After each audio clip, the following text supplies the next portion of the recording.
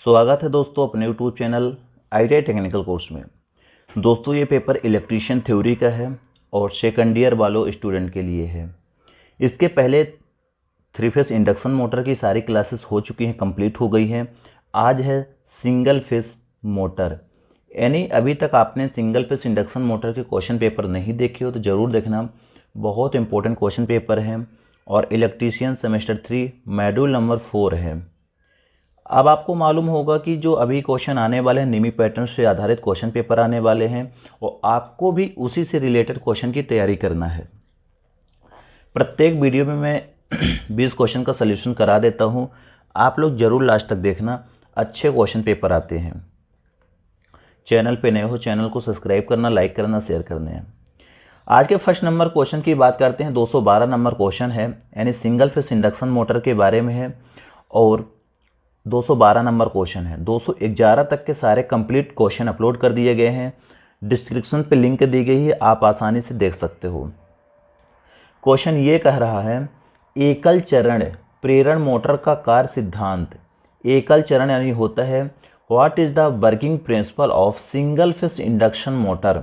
Single phase induction motor का working principle क्या है, किस सिद्धांत पर कार्य करता है। आपको मालूम होना चाहिए कि जो सिंगल फेस हमारी मोटरें होती हैं किस सिद्धांत पर कार्य करती है।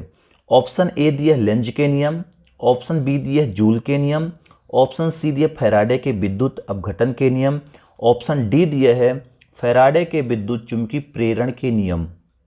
4 ऑप्शन आपके सामने दिए गए हैं। आपको मालूम होना चाहिए कि जो सिंगल फेस इंडक्शन मोटर होता है वो मोटर हमारा लेंज के नियम पर आधारित होता है, लेंज के नियम पर चालू होता है, नहीं लेंज के नियम पर चलता है। ठीक, अगला क्वेश्चन की बात कर लेते हैं। 212 नंबर क्वेश्चन क्या दिया है, 213 नंबर क्वेश्चन। 213 नंबर क्वेश्चन ये दिया है कि what is name of single phase motor. ये जो आपको एक डायग्राम दिख रहा है, इस डायग्राम का नाम बताना है कौन सा मोटर है, यानी सिंगल फेस मोटर का नाम क्या है। क्योंकि आप लोग सिंगल फेस इंडक्शन मोटर की मेरी पूरी क्लासेस देखे होंगे तो ये आपसे क्वेश्चन बन जाएगा। ऑप्शन ए दिया जैसे अस्थाई संधारित्र permanent capacitor motor, option B दिया है induction start capacitor run motor, option दिया है capacitor start capacitor run motor, और इसके बाद डी नंबर दिया capacitor start induction run motor. इसका राइट आंसर हो जाएगा A number permanent capacitor motor. अब परमानेंट कैपेसिटर मोटर की बात कर रहा था, आपको मालूम होना चाहिए कि परमानेंट कैपेसिटर मोटर में यहाँ पे जो कैपेसिटर लगाया गया है किसी भी प्रकार के सेंट्रीफ्यूगल स्विच का उपयोग नहीं किया गया है। यानी ये कैपेसिटर मोटर, यानी ये जो कैपेसिटर लगाया गया है परमानेंट के लिए लगाया गया है, इसको हम निकाल सकते नहीं तो कट कर सकते। इसका राइट आंसर होगा ए नंबर करेक्ट। अगला नंबर है जो 214 नंबर क्वेश्चन ये है what is the working principle of slipped face motor.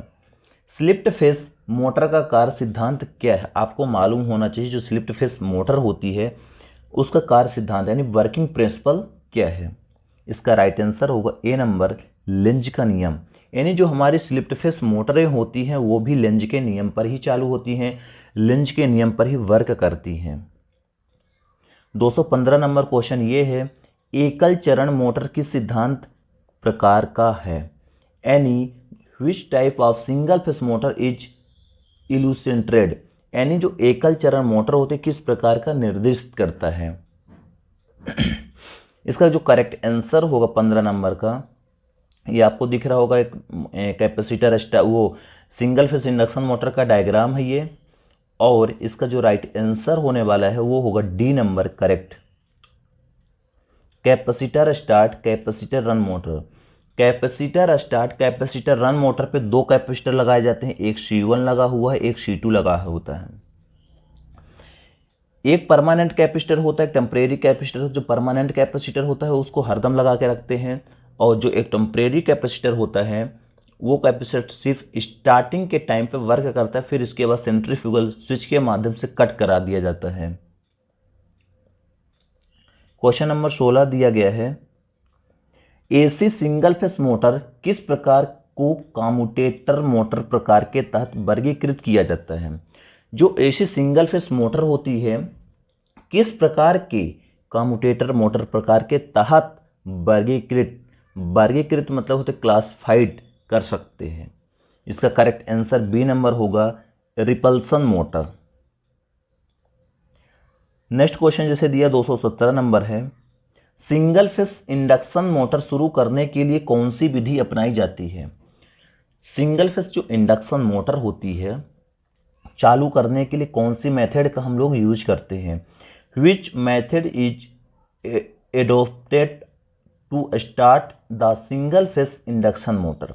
यानी जो सिंगल फेस इंडक्शन मोटर होती है उसको चालू करने के लिए कौन सी मेथड अपनाई जाती है? इसका राइट आंसर होगा ए नंबर, फेज विभाजन विधि। सबको मालूम होना चाहिए कि जो सिंगल फेस इंडक्शन मोटर होती है सेल्फ स्टार्ट नहीं होती।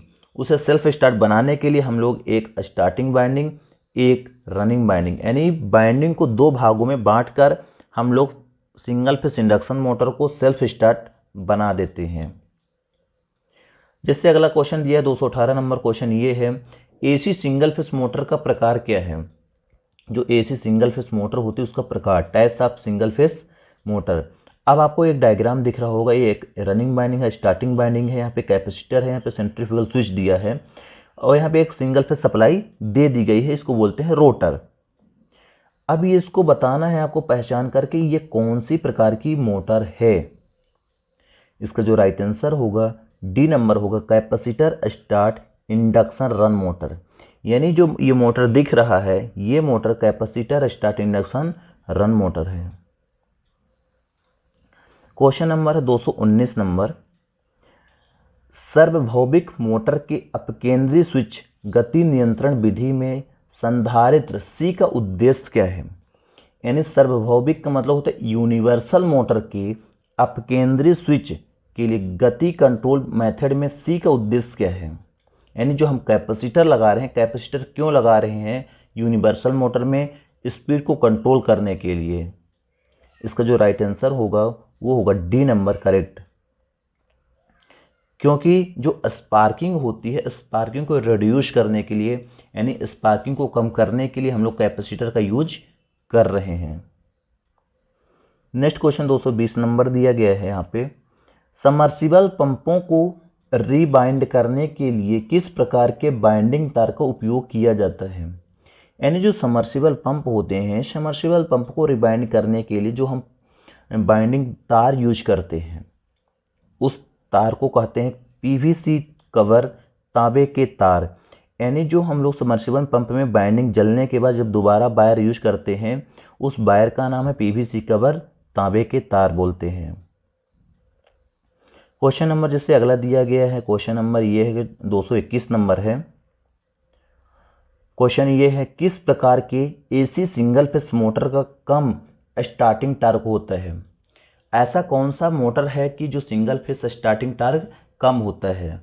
इसका राइट आंसर होगा डी नंबर, करेक्ट, प्रतिरोध स्टार्ट इंडक्शन रन मोटर।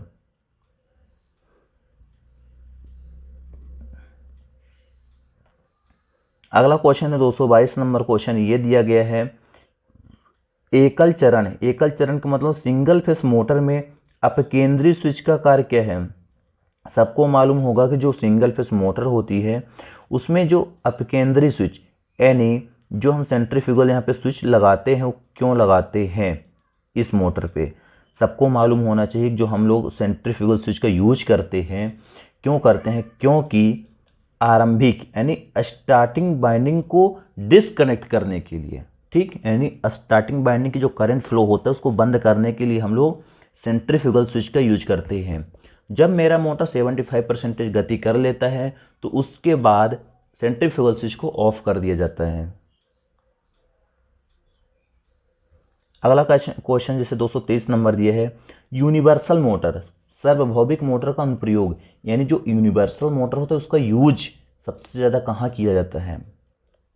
इसका राइट आंसर होगा बी नंबर, करेक्ट, भोजन मिक्सर पे।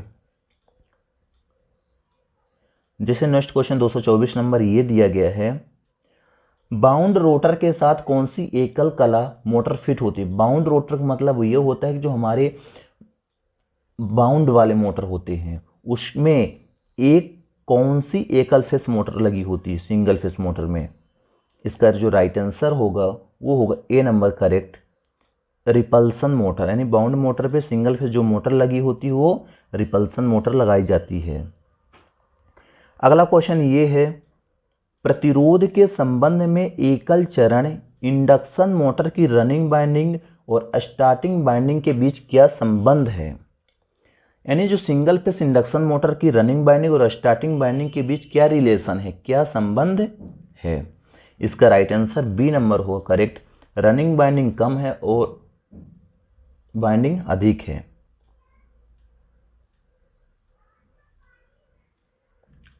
अगला क्वेश्चन जिसे दिया गया है